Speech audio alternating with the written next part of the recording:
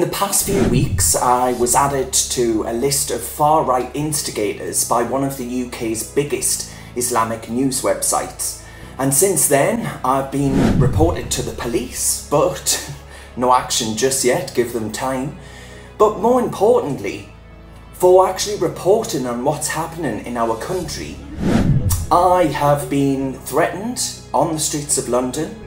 I've received malicious communications, as the police call it, online, actually threatening to do it again.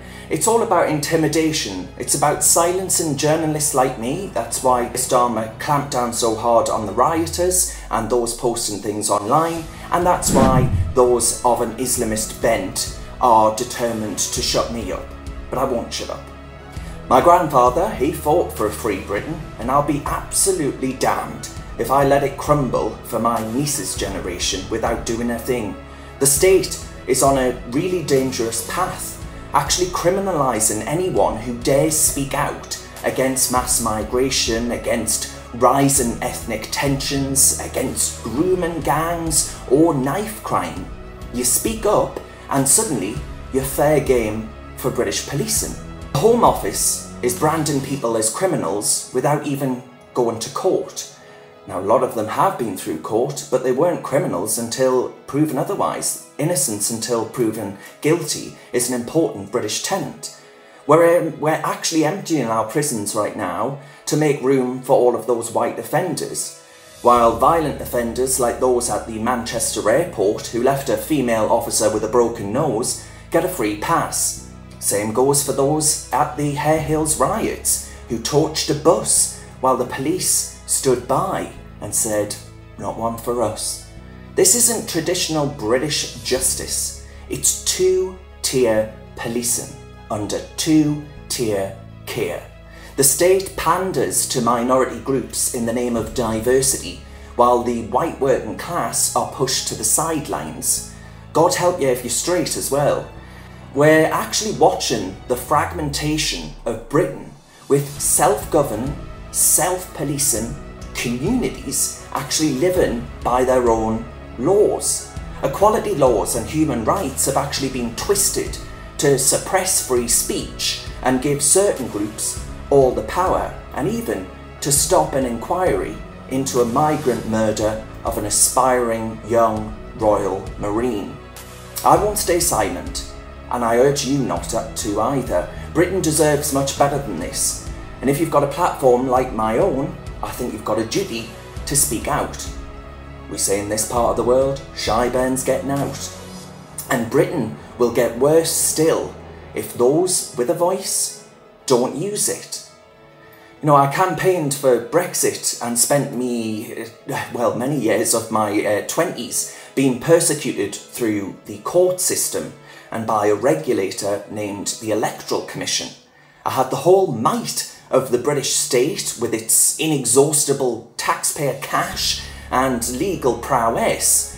But you helped me actually win that case, many of you who undoubtedly will be watching this, through thousands actually of small donations. I won, Brexit won, we won. Now, after I broadcast an interview during the Black Lives Matter madness that swept across the Western world, as you well know, causing riots in Britain in which the police were injured, precious war memorials were defaced, and an entire country was smeared as racist. Of course, it was an episode that the knee-bending Sir Keir Starmer branded as a defining moment. I was investigated by the police for airing an interview critical of that moment, that Black Lives Matter moment, and thanks to the Free Speech Union's intervention and support, no further action was ultimately taken. But it was a sign of things to come, and boy oh boy, have they come. Because I genuinely feared the worst this time around. As I know many of you do too, you've told me in your messages of support, in your emails, and all the rest of it that I'm completely unable to respond to all of them. But I am listening, I hear you. And that's why, again, I think it's important that we build a platform, a movement together, in which people like me can be uncensored. in which there are no off-communist regulators telling me what I can and can't say, who I can and can't speak to, and away from social media platforms like Facebook, who just admitted, of course, that they bowed down to Biden's demands for censorship, YouTube, Instagram, the Chinese Communist TikTok, which actively all demonetize anyone and everything. It's a phenomenon which is going to get worse as the Labour Party crack down on so-called disinformation. Islamophobia, i.e. the criticism of facets of that religion, the hadiths and all the rest of it, and sharing of content that actually risks upsetting their supposedly liberal authoritarianism. The Speaker of the House of Commons just called for censorship. That's why I've created a Substack platform, Grimes Unfiltered. The platform actually gives writers and content creators like me an easy way to reach out to you directly. Now there's a chat function for subscribers and the ability to comment on posts and videos that I create, so you can help inspire me on what content to make. There's a live stream function coming as well to interact and directly update you on what's going on. And there's a founding membership which allows me to be independent if the worst happens. Nothing is certain in this world. And the police or whoever else decide that I've had enough chances of letting me go and it's time to take action. We're an increasingly less free Britain. My grandfather wouldn't recognise this country today. I'll be uploading content to a new YouTube channel, as well as continuing, of course, to collaborate with Reasoned UK, YouTube channel I set up with a cohort of young common sense contributors in an age of much in the way of nonsense. But as I say, the demonetisation and the shadow bans on platforms like those, with Sir Keir Starmer champing at the bit to get to them, and Kamala Harris, it means that it's impossible for me to actually be consistently paid by platforms like that and to get out and about to events and keep you updated on all the very latest, free from off-communists or Silicon Valley lefty liberals kowtowing to leftists, politicians.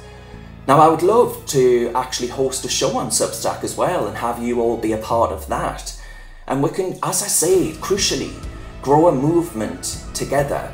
But if you feel you can't actually support the Substack revenue stream, well, thank you regardless for your kinship and kindness over what has been a terrifying time for Great Britain and an utterly mad, it has to be said, 10 years of my life. This is a country that I love with every fibre of my being. I'm not going anywhere. They'll have to pop me in the gulags. But frankly, once again, I think things are scary for both me and the country. And I think those that can must speak up.